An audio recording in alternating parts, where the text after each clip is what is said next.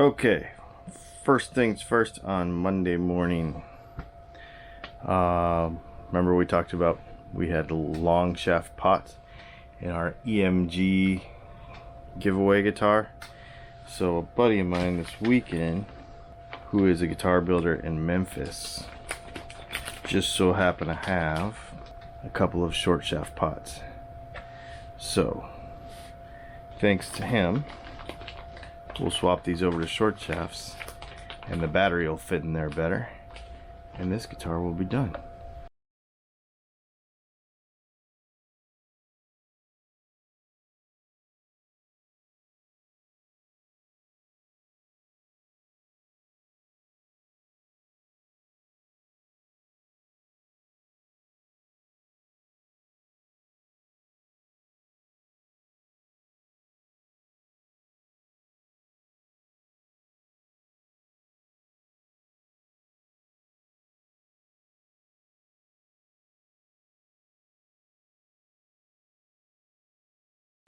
Alright, so it all fits in there.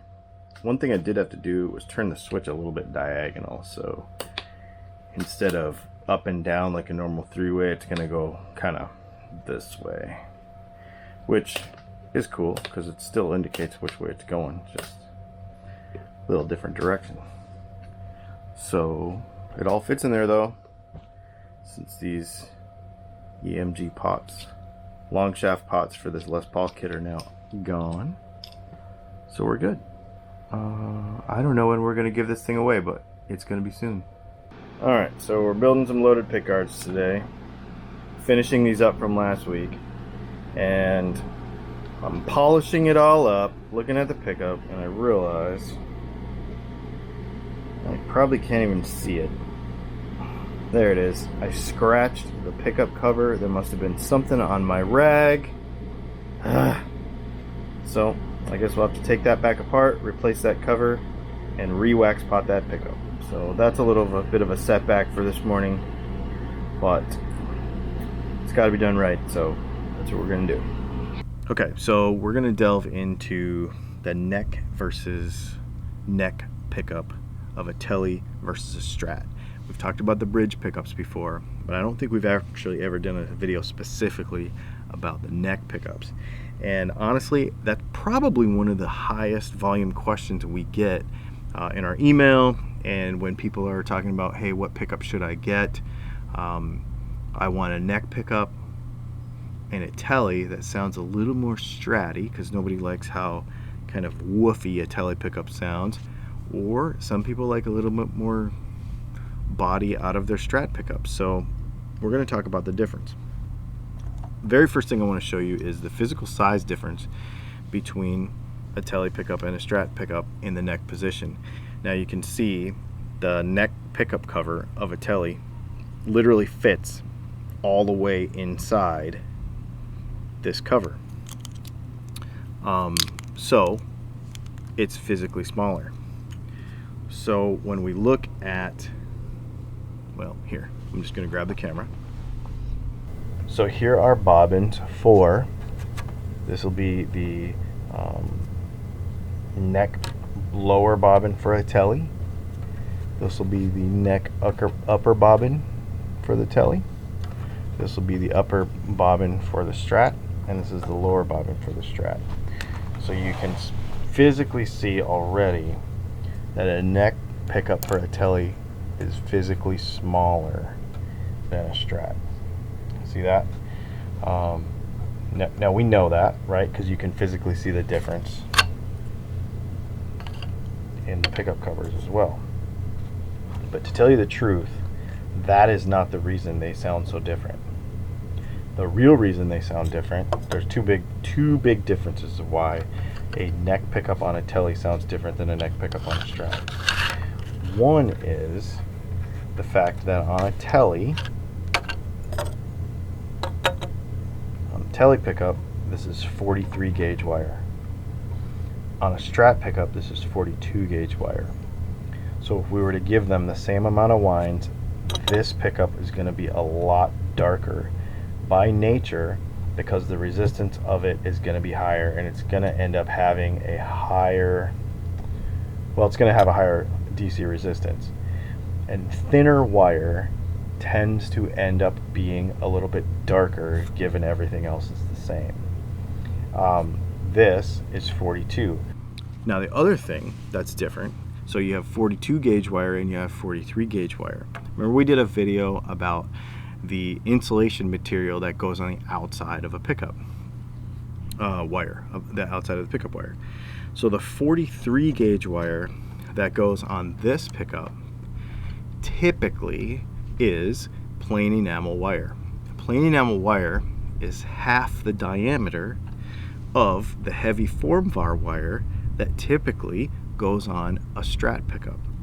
So not only do you have a higher resistance per foot wire that's being used on your neck Tele pickup than you do on your Strat, but you also have less distance between the windings on a Tele neck pickup because the material on a traditional Tele pickup, the material that's used to coat the wire is thinner, so the wires are closer together. So if you have wires that are closer together and you have higher resistance per foot because of a smaller gauge wire, 43 gauge wire, typically the pickup is going to be darker. The other thing that happens because of all of this, the other thing that affects all of this is even though the magnets, now on staggered it's different, and I'll show you the dimensions. We'll put the dimensions up here. The magnets that are used on a Strat pickup versus on a Tele pickup can be the same diameter, and actually they can be the same height. But the way the Tele pickup is constructed, you see how it's flat on the top and the magnets stick out the bottom. And on the Strat pickup it's the opposite. The magnets are flat on the bottom and stick out the top. The other thing is that a Tele pickup is taller and a Strat pickup is shorter. So that's going to affect the tone as well. But to me, the biggest difference is the wire gauge difference and the thickness of the insulation on the outside of the wire. Strat pickups have that thicker, heavy formvar, typically. Heavy formvar wire that is, it keeps the wires further apart. It affects the capacitance of the pickup, which gives it more clarity. And it changes, well, the whole thing, there's more clarity to it.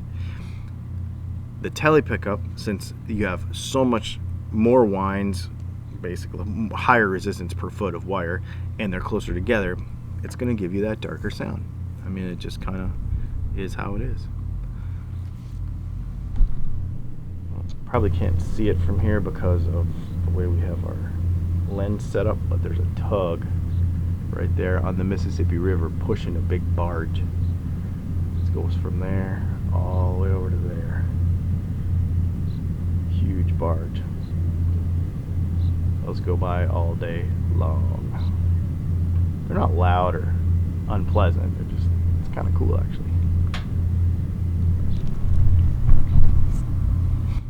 The current on that Mississippi River goes so fast too, holy smokes. So there you go. So your Tele pickup is going to be darker and your Strat pickup is going to be brighter and have more clarity to it. It's by the design of the pickup. It's because of the wire selection and because of the smaller bobbin size. So what does that mean? Well, here's the thing. Unless you're comparing like vintage spec, it's kind of hard to compare apples to apples because a aftermarket pickup builder like myself and many other builders, even if you do research on this, like what is the height supposed to be, you get numbers all over the place because that is how pickup builders like me and others vary the tone in the pickup. We can change, it's a couple of the biggest things we can do besides wind count. So I could put 8350 on there, I could put 7650 on there, I could put 7800 on there, and I can change the tone of the pickup by the wind count. That's not actually, to me, the way you do this, the way you change it the most. One of the other things you can do is you can actually change the distance between the bobbins, so you can make it taller or shorter, based on how much of this magnet sticks out the bottom or the top. Or I can actually choose different heights. These are 0.630 height magnets. You could go 0.670, you could go 0.650, you could go way shorter too, and you could change the height of the pickup, and you could make it shorter or you could make it taller. By just a few thousandths of an inch, a couple of millimeters will make a huge difference in the tone of that pickup. Also, you could also change it by changing the wire gauge or the thickness of the insulation on the wire. So you can actually go to a single build poly, you could go to a double build poly, you could go to plain enamel, you could go to heavy form var, you could do all kinds of different things. Now, as we've talked about in videos before, the material that you use on the coating of the wire doesn't necessarily make as much difference as the thickness of the material of the coating of the wire. So going from a nominal thickness of 0.00026 to a nominal thickness of 0.00023 will make a massive difference, more so than like plain enamel or poly. So it's the thickness of it, because it's the distance between the wire cores. When that changes everything. So there you go. Okay, before we get going on the viewer comments, don't forget that we're doing a pre-order on our custom straps, our Dylan Talks Tone custom straps. Yours is not going to have a Batman on it, I'm sorry, and the logo is going to be right here, a little bit less, you know, in your face, but still there. These things are unbelievable. We'll put a link to them in the description below. Which actually leads me to one of the comments. How long can the strap get? I have some trouble trying to find straps long enough for me. I use a 62-inch strap.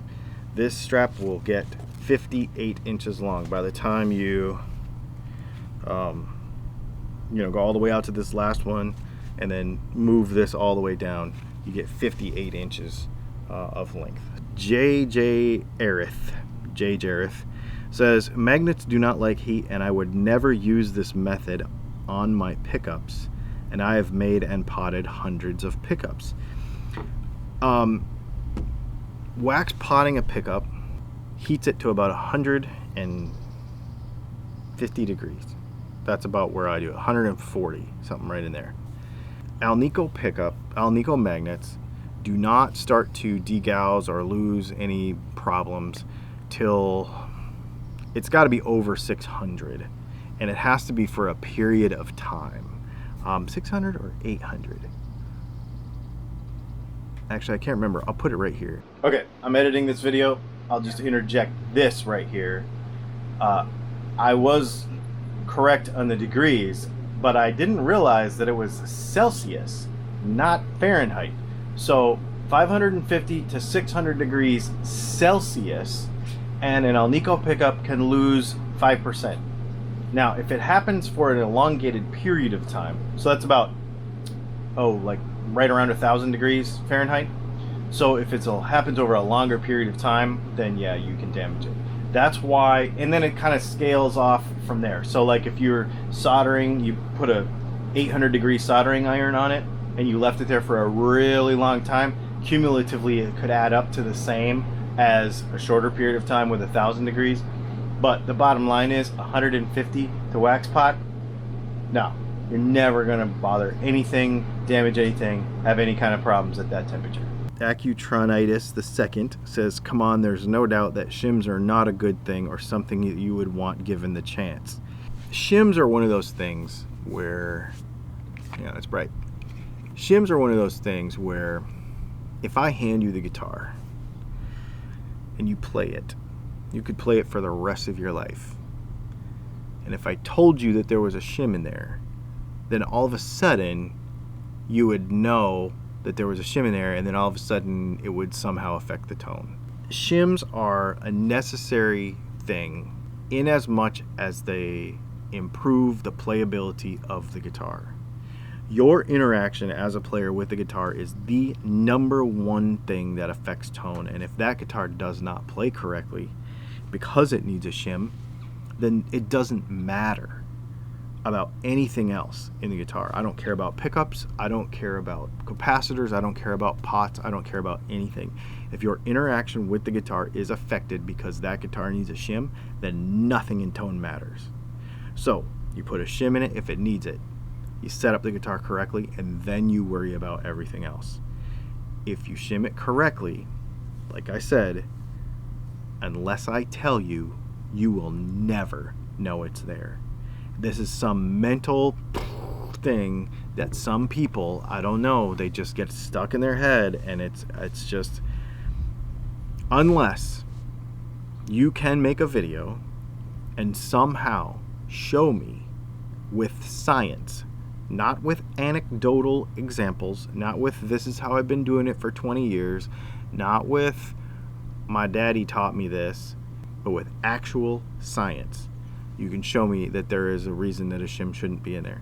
And I don't mean like, see, it sounds different. That's not science. Okay? And that's what people do. That is what people do. That's the amount of science that people put into most of this guitar stuff, and I just don't buy it. Make sure you check out DylanTalksTone.com for the pre-order on these straps. It's probably going to go till the end of the month. If they sell really well, we'll leave them on the website. If not, maybe we'll do like a couple limited runs a year. If you have other ideas for stuff like this, let me know. I have some ideas for stuff like this.